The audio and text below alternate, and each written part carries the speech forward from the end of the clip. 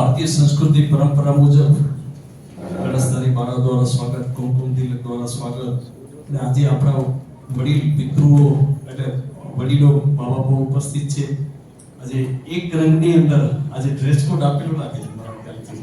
આ એક એકતા છે અને ખૂબ સરસ આજે પૂર્વની અંદર હમણાં અહેવાલ આપ્યો જયેશભાઈએ કે વાર્ષિક અધિવેશનનો ભાગવત સપ્તાહ સંસ્કાર શિબિરના આયોજનો તો આજે કાર્ય ગુલબર્ગા ઘટક મહિલા મંડળ યુવા મંડળ સૌ સાથે મળીને કરે છે.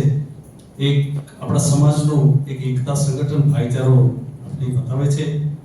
આજે આપણા આ ગુલબર્ગા ઘટક નો આજે મહાસભા ઘટકના દ્વારા અંતર્ગત જે પ્રવાસનું આયોજન છે જ્યારથી 2018માં મહાસભાના આદરણીય પ્રમુખ ત્યારે પ્રફુલભાઈ પરમારે એક કમિટી બનાવી અને હિરજી બાપા બાદ આપણા આ સમાજ રત્ન આદરણીય વિનોદભાઈ પરસોત્તમભાઈ સોલંકીને જ્યારે એમને સમાજ રત્નનું આપણે બિરુદ આપ્યું ત્યારબાદ તેઓ શ્રીએ નક્કી કર્યું અને હમણાં જ એમ લાગ્યું કે આજે આ સમાજને મારી સેવાની જરૂરત છે એટલે આપણે એમને મહાસભાના પ્રમુખ પણ બનાવ્યા.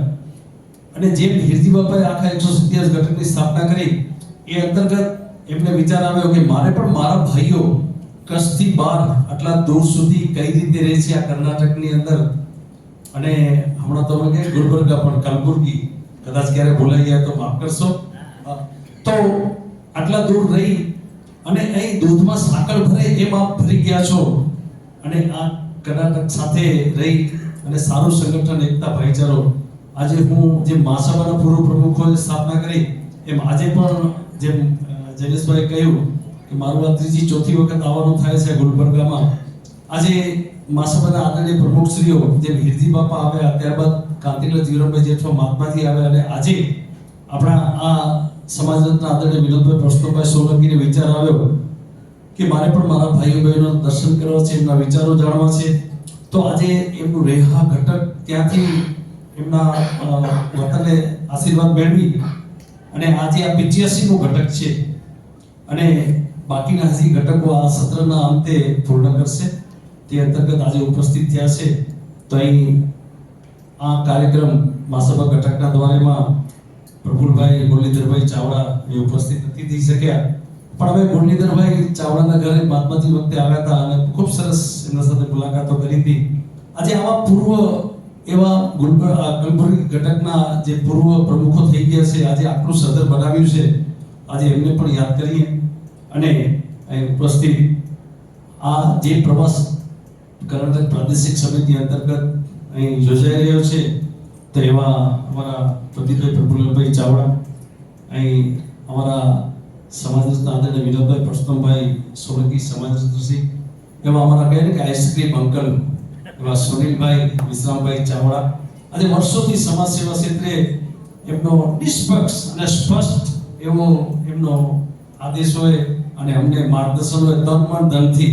તે ઉપરાંત આજે આંધ્ર પ્રાદેશિકના પ્રમુખ પણ યોગેશભાઈ પરસોત્તમભાઈ પરમાર પણ આપણી સાથે ઉપસ્થિત છે. આ બેઓ યોગાનો યોગ છે કારણ કે અમે 1-2 મહિના પહેલા 3 મહિના પહેલા આવો કાર્યક્રમ યોજ્યો હતો પણ અનિવાર્ય સંજોગોના કારણે આ પોસ્ટપોન થયો.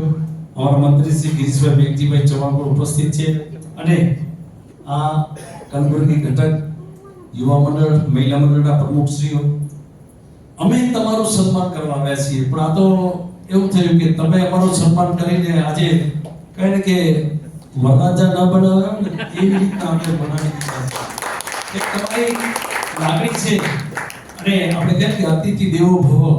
તો આજે કલબુર્ગી ઘટકથી શીખવાનું છે કે અતિથિઓનું સન્માન કઈ રીતે અને ભારતીય સંસ્કૃતિ પરંપરા મુજબ આપણે કાર્ય કર્યું છે. ખૂબ સરસ છે. આવો જ પ્રેમ ભાવ જળવાઈ ગયો અને તો આપણે આગળ વધીએ તે પહેલા હું વિનંતી કરીશ મહાસભાના આદરણીય પ્રમુખશ્રીને કે તેઓ અહીં પ્રાદેશિક સમિતિના પ્રમુખ પ્રદીપભાઈ પ્રફુલ્લભાઈ ચાવડાનું સાલ ઓઢાડીને સન્માન કરે. મહાસભા વતીથી ₹5100 એમના વતીથી ભેટ અર્પણ કરશે. તો વિનંતી કરીશ આપણા સમાજ સદસ્યને તેઓ સાલ દ્વારા સન્માન કરે અને 5100 ની શુભેચ્છા ભેટ અર્પણ કરે.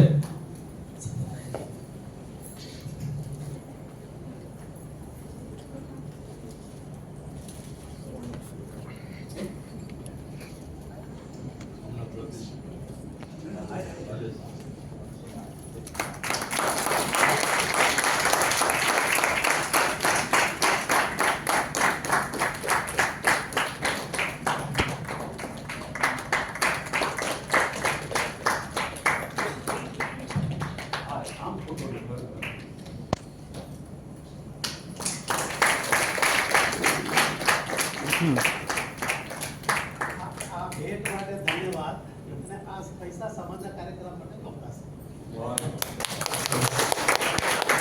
હવે એવા જ